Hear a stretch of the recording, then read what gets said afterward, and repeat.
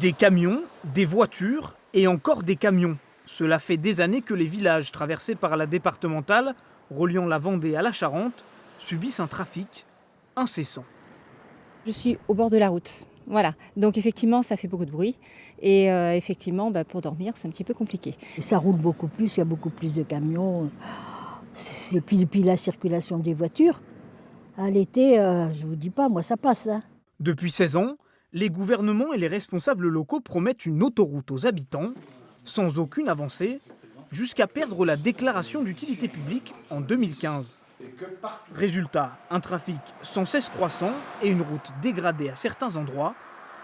Alain Leboeuf l'a bien compris, il n'y aura pas d'autoroute, mais il s'engage à commencer la construction d'une nouvelle départementale pour contourner les villages et sécuriser la route. Il nous faut une voie beaucoup plus fluide, une voie qui ne tombe pas dans un goulot d'étranglement qui est marrant, une voie qui permette effectivement, quand on part à La Rochelle, d'être rassuré, qu'on soit un particulier avec sa voiture ou qu'on soit un professionnel avec son camion.